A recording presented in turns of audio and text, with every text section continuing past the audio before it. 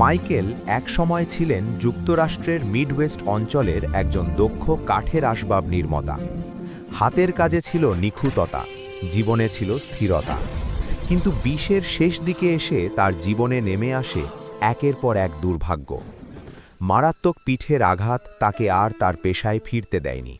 কাজ হারালেন, আর সেই সঙ্গে হারালেন জীবনের ভারসাম্য। ধীরে ধীরে তিনি একা হয়ে পড়েন, বিষণ্ণতা গ্রাস করে। শারীরিক যন্ত্রণা আর মানসিক শূন্যতা ভুলতে তিনি আশ্রয় নেন মদে। এর ফলেই পরিবার ও বন্ধুদের সঙ্গে সম্পর্ক ভেঙে যায়, সঞ্চয় শেষ হয়ে যায়।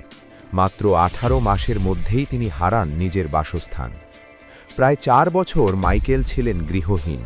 তার পৃথিবী সীমাবদ্ধ হয়ে পড়ে একটি মাঝারি আকারের শহরের কয়েকটি ব্লকে, হয়তো শিকাগো, হয়তো ক্লিভল্যান্ড। প্রতিটি দিন ছিল টিকে থাকার লড়াই, ঠান্ডা থেকে বাঁচার চেষ্টা, খাবারের সন্ধান আর বিপদ এড়িয়ে চলা। প্রতিদিন একই পার্কের বেঞ্চে বসা মানুষটি ধীরে ধীরে হয়ে ওঠেন শহরের পরিচিত অথচ উপেক্ষিত এক মুখ। চারপাশের মানুষের চোখে তিনি ছিলেন অদৃশ্য। কঠিন শীত তার শরীরে গভীর ছাপ ফেলে, দুটি আঙুলে ফ্রস্ট বাইট হয়। আশা তখন শুধুই অতীতের স্মৃতি। মোড় ঘোরার মুহূর্ত। পরিবর্তন কোনো নাটকীয় ঘটনার মাধ্যমে আসেনি, এসেছে ছোট ছোট অপ্রত্যাশিত মানবিক আচরণের মাধ্যমে। এক লাইব্রেরির কর্মচারী, যিনি তাকে তাড়িয়ে না দিয়ে চুপচাপ তার লাইব্রেরি কার্ড নবায়ন করে দেন এবং পাবলিক কম্পিউটার ব্যবহারের পথ দেখান। এক রাস্তায় কাজ করা নার্স, যিনি তার ক্ষত সারিয়ে দেন এবং তার নাম মনে রাখেন। কিন্তু সবচেয়ে গুরুত্বপূর্ণ মুহূর্তটি আসে এক হঠাৎ সাক্ষাতে। সারা, তার একসময়ের শিক্ষক, একদিন তাকে চিনে ফেলেন। তিনি শুধু টাকা দেননি, তার পাশে বসেছেন, খাবার কিনে দিয়েছেন আর মন দিয়ে শুনেছেন। তিনি পরিস্থিতি নয়, মানুষটিকে দেখেছিলেন।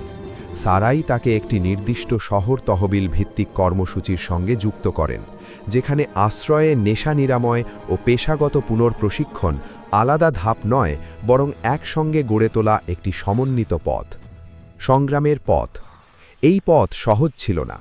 বহু বছর খোলা আকাশের নিচে থাকার পর আশ্রয়কেন্দ্রের প্রথম বিছানা তার কাছে দম বন্ধ করা মনে হয়। গ্রুপ থেরাপি ছিল যন্ত্রণাদায়ক।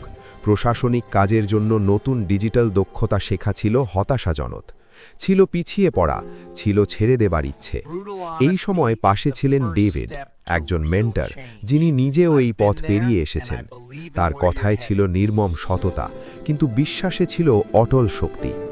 এই সময়েই মাইকেল আবার আবিষ্কার করেন নিজের ভেতরে লুকিয়ে থাকা এক প্রতিভা, লেখা। একটি জার্নাল লেখার কর্মশালায় তিনি নিজের অভিজ্ঞতা প্রকাশ করতে শুরু করেন অসাধারণ স্পষ্টতায়। পরিবর্তন।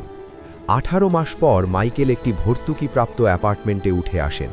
একটি অলাভজনক সংস্থায় পার্ট টাইম নথি সংরক্ষণ কর্মীর কাজ পান। লেখালেখি চালিয়ে যান। স্থানীয় এক পত্রিকায় প্রকাশিত হয় তার লেখা গৃহহীনতার স্থাপত্য, যেখানে তিনি ব্যাখ্যা করেন শহরের নকশা কিভাবে অদৃশ্য মানুষের জীবনকে প্রভাবিত করে। লেখাটি স্থানীয়ভাবে ব্যাপক সাড়া পায়।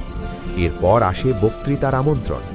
আজ মাইকেল পূর্ণকালীন কাজ করছেন সেই সংস্থাতেই, যেটি তাকে একসময় সাহায্য করেছিল।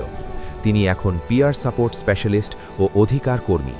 মানসিক ও বাস্তব দুই দিক থেকেই জীবন পুনর্গঠনের কর্মসূচি নকশায় তিনি ভূমিকা রাখেন।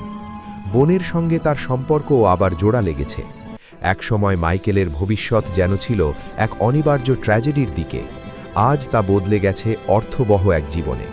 এমন এক জীবনে যেখানে তিনি অন্যদের সাহায্য করেন সেই অদৃশ্য পথ খুঁজে পেতে, যে পথ ধীরে ধীরে মানুষকে ফিরিয়ে আনে মর্যাদা ও ভবিষ্যতের দিকে।